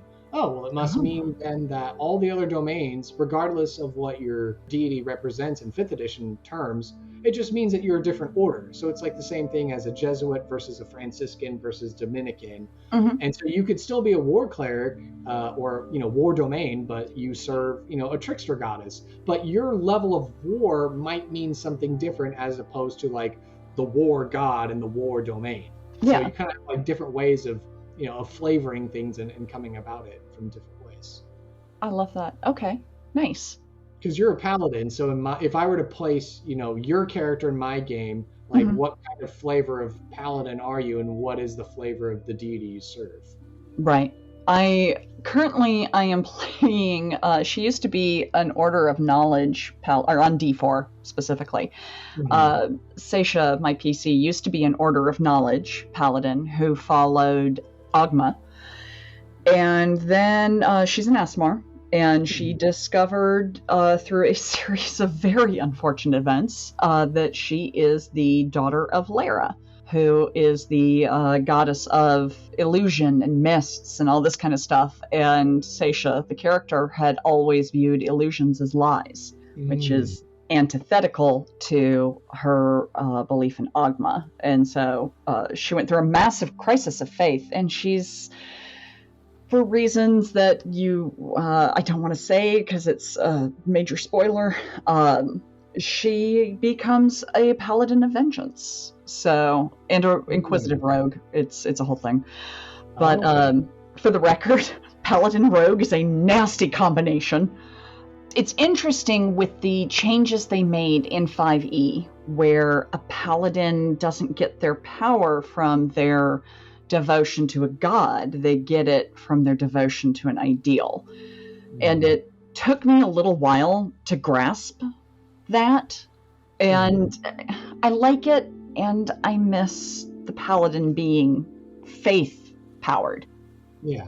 I mean, that's how I run it in my game. So, Yeah. like, you know, if I were to take Seisha and put her in my game, so it's like, okay, so you're an Asimar, and, you know, you serve a god of knowledge, and so then you belong to the biggest order that exists for that god. And so there might be, because I know with my gods in my game, I've had a time to develop like different terms for saints, because, you know, like in real world religions in the world, you know, different faiths maybe have different terms for like, you know, holy people that are involved in their faith. So as a Catholic, it's like, oh, well, I know Saint so-and-so, and Saint so-and-so started this order and this practice, and you can find their descendants of their religious sect, you know, walking the streets of the world and doing the will of God, you know, but through their particular flavor in charge and mission. So, you know, like, oh, okay, so a paladin who serves the goddess of knowledge and is the knowledge domain, okay, well then you just belong to the biggest, most common order. But there may be other people who serve Ogma that might be, you know, the necromancy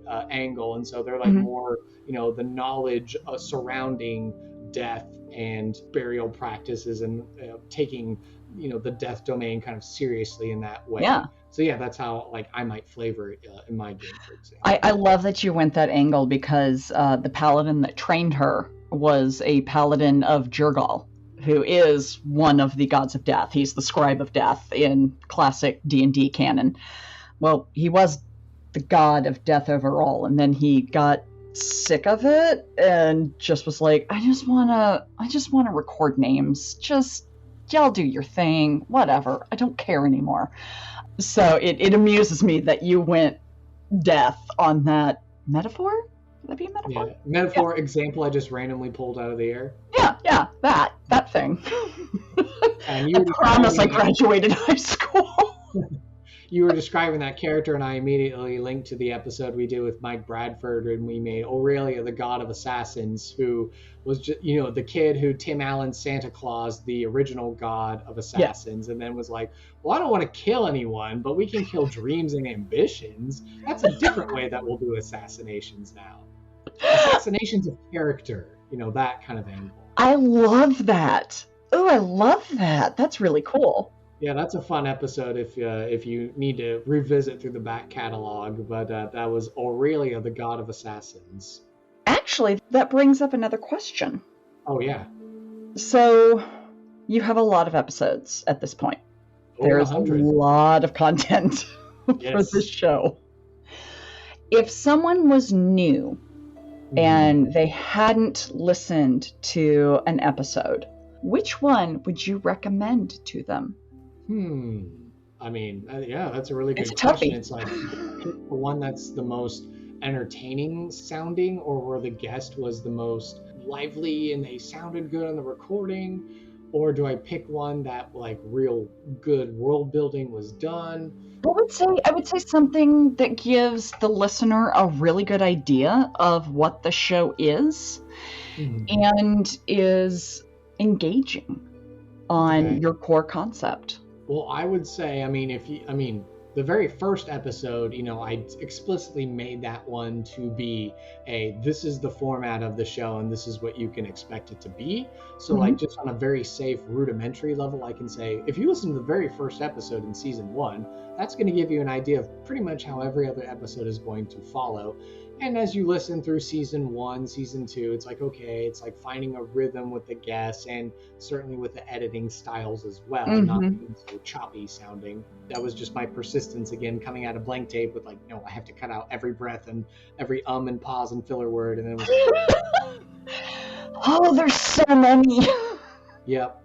The more recent of an episode you listen to, I think will honestly help, give you an idea. Maybe pick someone that you're familiar with, or maybe someone that you're not familiar with.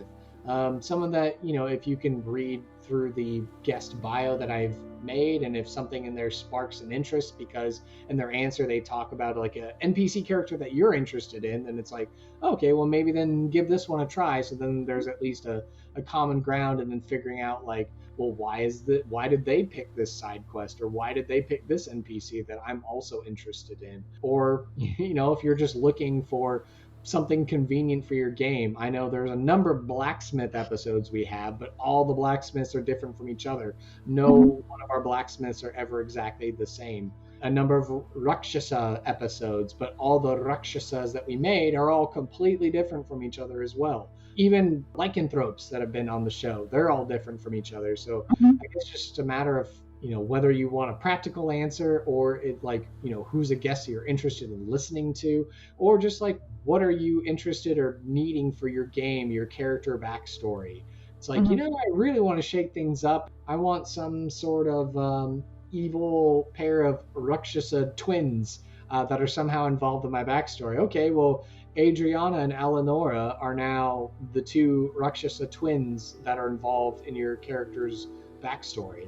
Yeah, no, I love it. So you are a person of faith, and a lot of times folks have an issue reconciling a religious belief, whatever that belief may be, with gaming.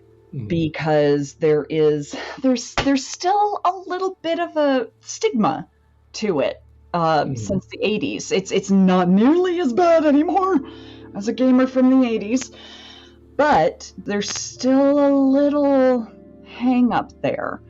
So I'm curious how your belief has impacted what you do as a storyteller. Is it something that you just kind of tuck to the side in a compartmentalization sort of move? Or is it something that you have utilized to enrich your storytelling? Oh, no, I marry the two. I mean, I follow the example of Tolkien, because we're both Catholics. Tolkien talks about how The Hobbit and The Lord of the Rings are Catholic works. Yeah. I remember first reading them, when the Peter Jackson movies were first coming out. And so, my dad... You didn't have to read them in high school? No, it wasn't required reading for me. But I remember junior high time is when the movies were coming out for me. And so seeing the first trailer, my dad, in the movie theater telling me, oh, these movies are finally coming out. Okay, we're going to read these books. And so then I started reading them. And I vividly remember being at my grandparents' house and getting to the point where they're talking about lembas bread. And to me, automatically, being someone in the faith, I was like, oh, that's the Eucharist. Yep. Like that's the life-giving bread. And so then, I straight up pictured a wafer when I read that. It was like a big, thick wafer in my mind. Mm-hmm. So then, it was easy enough for me then once I found out, like, oh, Tolkien was Catholic, and then I started seeing more and more of the connections built into the work, into the theme. And, he doesn't do it in a way like I know often the joke is with his fellow writing colleague C.S. Lewis, who came to faith later in life. That was like, the internet joke being like, Tolkien is like, I've invented my whole language and this whole mythos and this reality, and the Catholicism's baked into it, but I don't have to explicitly make an allegory or something. And then C.S. Lewis is like, if nobody knows that this lion Aslan is Jesus, then I'm going to cry, or something like right? Let me just spoon feed you this little bit of knowledge. And so I did end up writing a piece for Altea, and you can find it in my spotlight section where I was inspired to try and write something for work, and they weren't interested. But then one of my editor colleagues said, well, I have some pull with them if you want to, hand it over to them. And then, they paid me money, and it's one published actual thing I've ever written on a website. So I talked about Catholicism and Christianity and tabletop role-playing games and Dungeons and Dragons and all that. So I think it's a pretty good piece that stands on its own. I mean, I did have a professional writer go over it and, even bring in scriptural stuff to kind of help back up some of the stuff I was talking about without citations and stuff like that. So I took that Tolkien approach. And so the World of Harmony, which you listen to in the bonus episodes of the podcast, which when I was doing in between week stuff and was like, I need filler content. I know, I'll just go to my DM's notes and spill it all. So if you need something to play with, you've got something. But yeah, that's all percolated based on my faith and everything growing up. And so you can see it, all the obvious parallels of the Sator being the one god, which is like Eru Ilúvatar from the Legendarium of Tolkien, and all the other major gods basically end up being like greater angels, and the whole Manichaean dichotomy and stuff like that, which comes into play. But yeah, like the Catholicism of my world is all subtly baked in there without being like too obvious on the head in people's faces and in a way that's going to turn them off. But like I talked about in the article that I wrote, I did it, and I would encourage that in such a way for people to do that it opens up those conversations. Because if you look at the game, it's like the deities are things that people interact with all the time, but yet some of the people who play this game act as if like deities aren't real. And it's like, but you're in a game where they're real. So then maybe that can be a way to open up natural conversations. So, from a Christian perspective, or, maybe you're Jewish or you're Hindu or you're Buddhist or whatever, but you can use that as an opportunity to be like, hey, we have this game where we are, avatars, or we are saints or representatives that are serving the interests of our deity figures. But that's a part of me in real life. And, I'm here to not be the end all be all representation of it that you may encounter in the world, because I'm an imperfect person that's striving and trying to live up to those ideals and continually grow and work on myself. But aren't we all? At least show you my walk on that journey and what it means to me and how important it is to me and what I want to share with my friends and family and stuff like that. Yeah. Oh, that's awesome. I love it. It's not terribly common to see people in the sphere, in the TTRPG sphere, who will acknowledge their faith. So that is something that I personally have a tremendous respect for, people who are willing to say, hey, this is who I am, this is what I believe here. I think that's an amazing thing to be able to do, especially with incorporating it into a game without being ham-fisted about it. That is what turns a lot of people off to religions, is that some folks try to shove it down their throats, and there's a natural, no, wait, hang on to that. So being able to incorporate that love and that belief into a fictional scenario where it allows people playing to open their mind to what living like that might be like, and then either choosing to do more research on an out-of-game level, or even just saying, yeah, it's not for me. I think opening that door is a marvelous thing. So I applaud you for that. Thanks. Your career has dovetailed beautifully with what you do. And I'm kind of curious if you have learned things from the professional world that have had a positive impact on your storytelling and podcasting.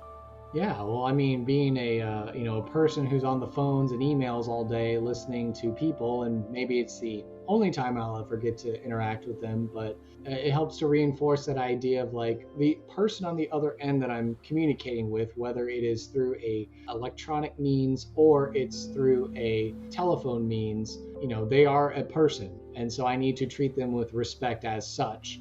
and they have lives and stories that they've lived. And so I'm sure it all feeds into the subconscious of like when I'm trying to think of a person who exemplifies this particular role in society or what they've done or what kind of personality they're like, I might remember of like, oh yeah, there was that one sweet lady that I talked to who just would go on and on and on about the stuff we make and how much she loved it. And so that's like a kind of a person that I would want to stick in a game. Or like, oh, this person called in and they were having a real tough time and they were having trouble reconciling something. And so I was able to step in and provide some of that care and compassion with helping them to resolve their issue, or just to provide some context as to, maybe what they were confused about. So then by the end of the call or the email or whatever, they're like, oh, great, that answered my question. And now I no longer feel, discouraged or whatever. So That's awesome. It all helps funnel into also being a better podcast host, I hope. I think you're doing a good job. I mean, I'm a little biased, but I think you're doing good. Thank you. What is your favorite story element to implement in your games? If there was a trope, for instance, that just absolutely fuels your creativity, what would that be? I mean, I really do like feeding off of, the things that the players are interested in. And so if I can get them hooked or interested on an idea, then that gives me inspiration to think on it. I know with this cadence setting that I've alluded to, obviously with the combination of all the player characters versus the faction leaders, there's a lot of rich world building that I've done for that setting. And so if the players or whoever wanted to explore a deeper point or place within the world, then we could find it and explore those areas. Building on that, what element would you say is your strongest as a DM? What skill do you have that you think is most beneficial to your players? I think it's definitely my willingness to put myself on the line and be a ham. So I'm not afraid to necessarily be goofy or vulnerable, which I think helps a lot, especially with someone who's not an actor or they're not comfortable speaking in character. Then they can know like, oh, well, Kurt's just being a big goof. Okay, well, if he can be a goof, then I suppose I can, believe that I'm this knight and that I talk with the Arthurian accent. Sure, okay, I feel a little more comfortable doing that. And also just kind of like riffing on the ideas that people have, where maybe I'll ask some questions and I'm like, well, if this means that, then what about this? And then they're like, oh, maybe I didn't think about that, or oh, that sounds real cool. We should go with that. Yeah. So I think those are some of my biggest benefits there. How much prep do you do before DMing? Probably not enough, but also just the right amount, I guess. I'm a big person. When I DM, I basically build a bullet point list of things that are important to the story that I need to hit at some point, and items, because I am terrible at coming up with items. But aside from that, I just fly by the seat of my pants. So based on what the players do, I build on that. I will work in the stuff I need them to know, but I give them a sandbox, essentially. Yeah. So I know that's not necessarily everybody's comfort point, but I have found if I over prep, I get lost in the details and lose touch with the story. Yeah. So I'm trying to think. How's your drink? Good. Okay. You're about halfway. Let me see.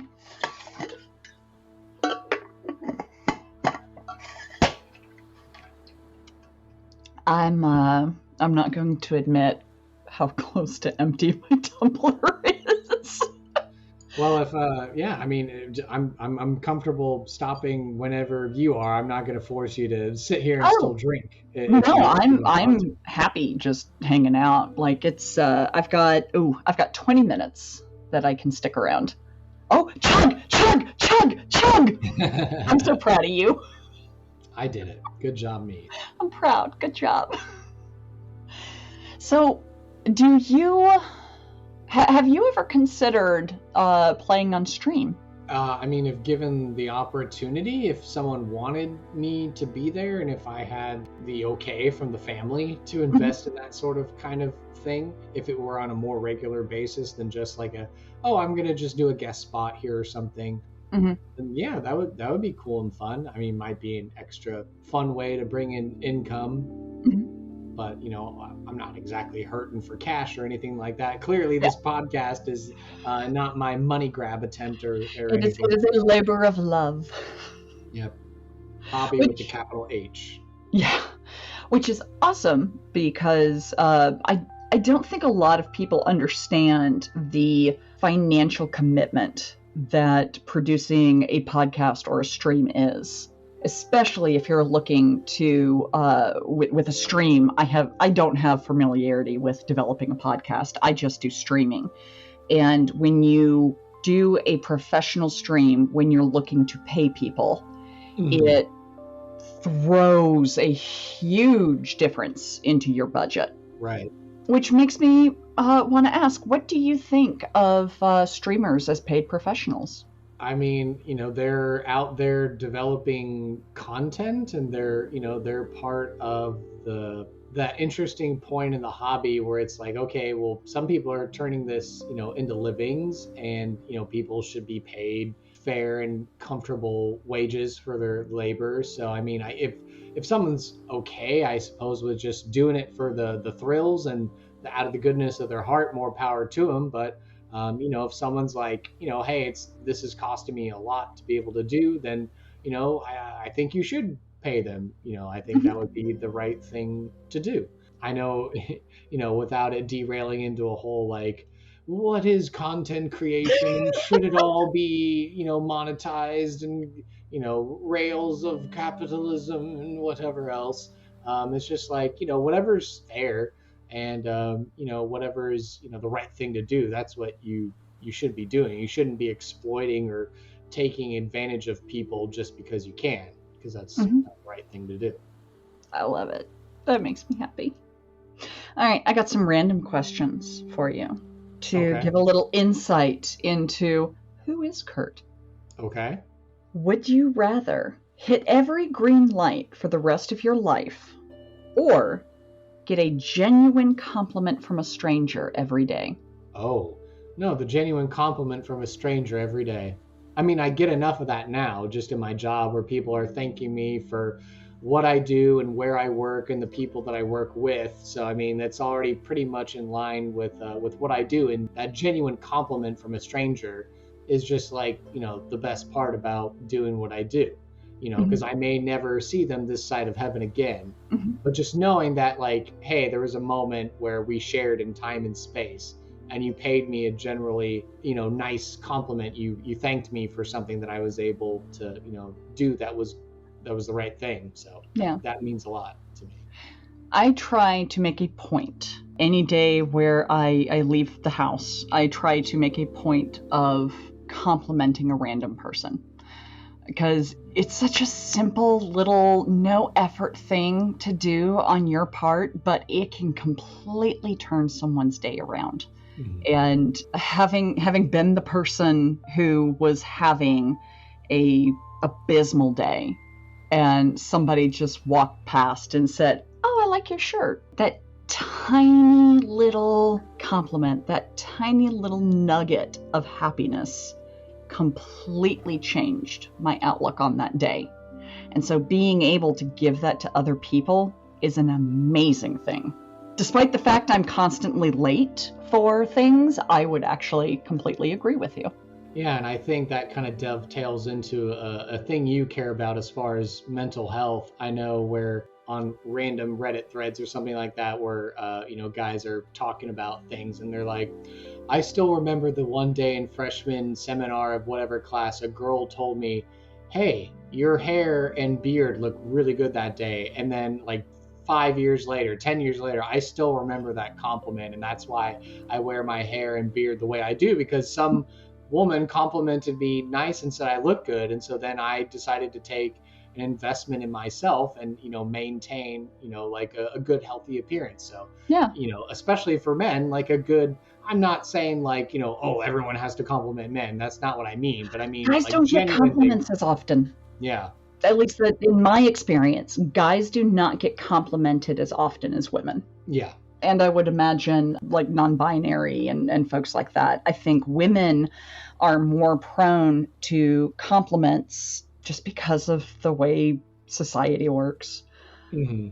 So, and it's kind of like men getting flowers. I know several guys who actually really like getting flowers. It makes them feel cool and recognized and special. Yeah. But it's not something people think of doing. Right. Or baked goods. Everybody loves a good baked good. Yeah. Yeah. True. Oh, let's see. Oh, okay, this is a good one. Okay. Would you rather only be able to speak by singing, or have Earth be hit by a devastating asteroid if you say the word tomato? Considering we're growing tomatoes, I feel like that would just be, too premature of a world-ending event. So Yeah. I guess if I had to go through life as if it was a musical, would not be so terrible. I think it would actually be kind of fun. Yeah. Because, like, even, I know there are folks who say, oh, I can't sing. But even if somebody doesn't think they can sing, if they take joy in the action, that makes it enjoyable to be there for.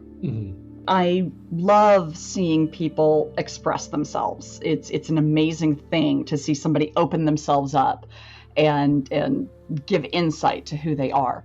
So anytime someone says, oh, I can't do this, I can't do that, but they try it anyways, it makes that effort just so much better. It blows me away. So yeah, I get that. I think that's all I got, though. Okay. Well, are you ready to close out the pub, as it were? Yes, I think so. Yeah. Awesome. Well, I know it's taken a while to get us back in touch, and I know you're due. I am the worst, and I apologize. That's okay. Life happens. So, I just hope that I wasn't being too annoying as far as like, no, hey, how's it going? And then crickets, and be like, okay, so it's too much. I need to like give her some space and not bother her. I had a period of time for like the last 6 months where I was overwhelmed. I was trying to do a lot in the TTRPG space because I was job hunting. And so I committed to a bunch of stuff and kind of overwhelmed myself. And then I got a job and still had those commitments. And it was a lot. Recognizing your limitations is a thing. And I learned to do that recently. So I've actually, for the first time ever, I backed out of a show because as I told them, I cannot give this the dedication and focus that it deserves. You guys deserve better than what I'm giving, so I'm going to have to back out. But there are things that are near and dear to my heart and important to me, and everything gets kind of put on a list. But ADHD, I forget that list. So it actually really helped and meant a lot that you kept reaching out. I'm glad we were able to do this because, again, I love your concept and your execution. So I love being able to support it. And whether that's through Patreon or being here and chatting with you, it means something. And I appreciate the fact that you continued to reach out and didn't just write it off. So thank you. Oh, of course, you're welcome. Everyone's got to look out for each other. So yeah, absolutely. No man is an island. Right. The whole concept of a support network. Everybody needs a support network, and whether that's someone you know intimately or someone that brings you happiness, it's something that's important. And this is something that has consistently brought me happiness. So it was really good getting to sit down. And Anson was wonderful. Such a lovely gentleman. So I'm really glad we got to do this. Yeah, well, we'll try and plan for another one of these. Hopefully, maybe in the future we'll have even more Patreon members to add to the call or something like that. That might be fun to try and do. Yeah. Convince your friends. Do like a party chat. Yeah, party chat. Yeah, if it gets too wild and chaotic, we'll have to organize it somehow a little bit better. But at least when it's small and intimate like this, it can be definitely more one-on-one Q&A type things. Yeah. So, and honestly, that gives me another suggestion idea: a roundtable discussion with some of your guests. Just you kind of guiding a discussion among peers. Which is what I think we're trying to do with the parlays at the platter, where I go through the guest list of people who have similar areas of expertise or passions, and then get them all together for a conversation around a particular area. So hopefully we'll be having the first one of those available on the Patreon for a little while before it goes public. Yeah. And just speaking of all the editing I have to do, I know there's supposed to be an episode that goes out this week, Wednesday, but I haven't even touched it yet.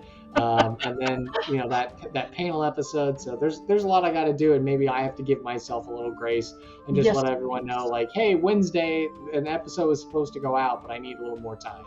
Yeah, there's nothing wrong with acknowledging that life has come up, and this is a side hustle. This is something you do for love and fun. It's not something you're doing for a living.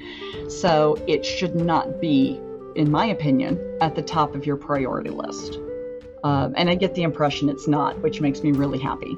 I think you have, especially seeing you with your son, you have a good grasp on what is important and essential. So you do a good job balancing that. Thank you. I appreciate that. Yeah.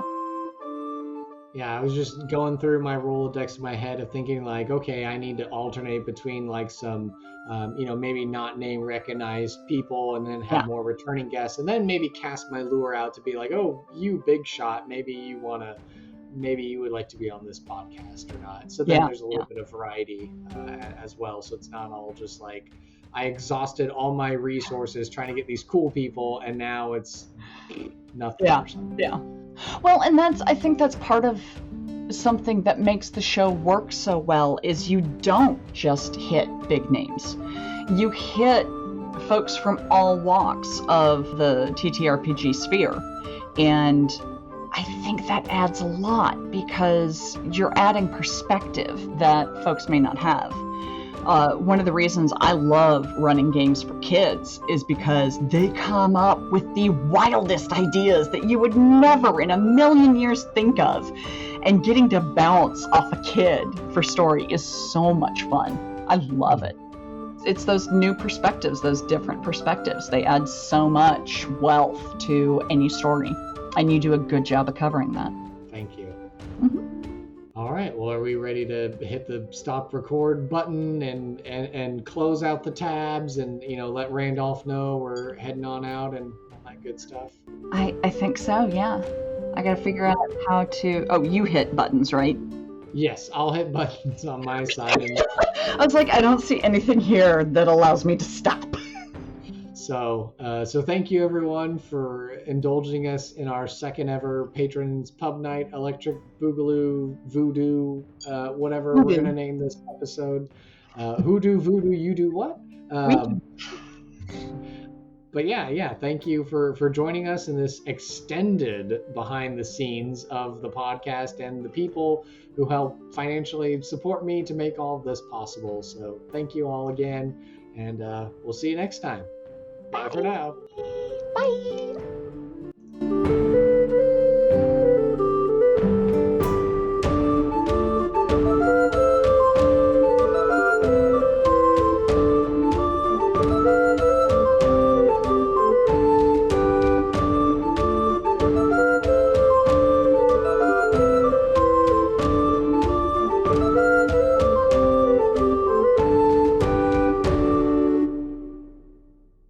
Bar to rock on 1, 2, 1, 2, 3, 4.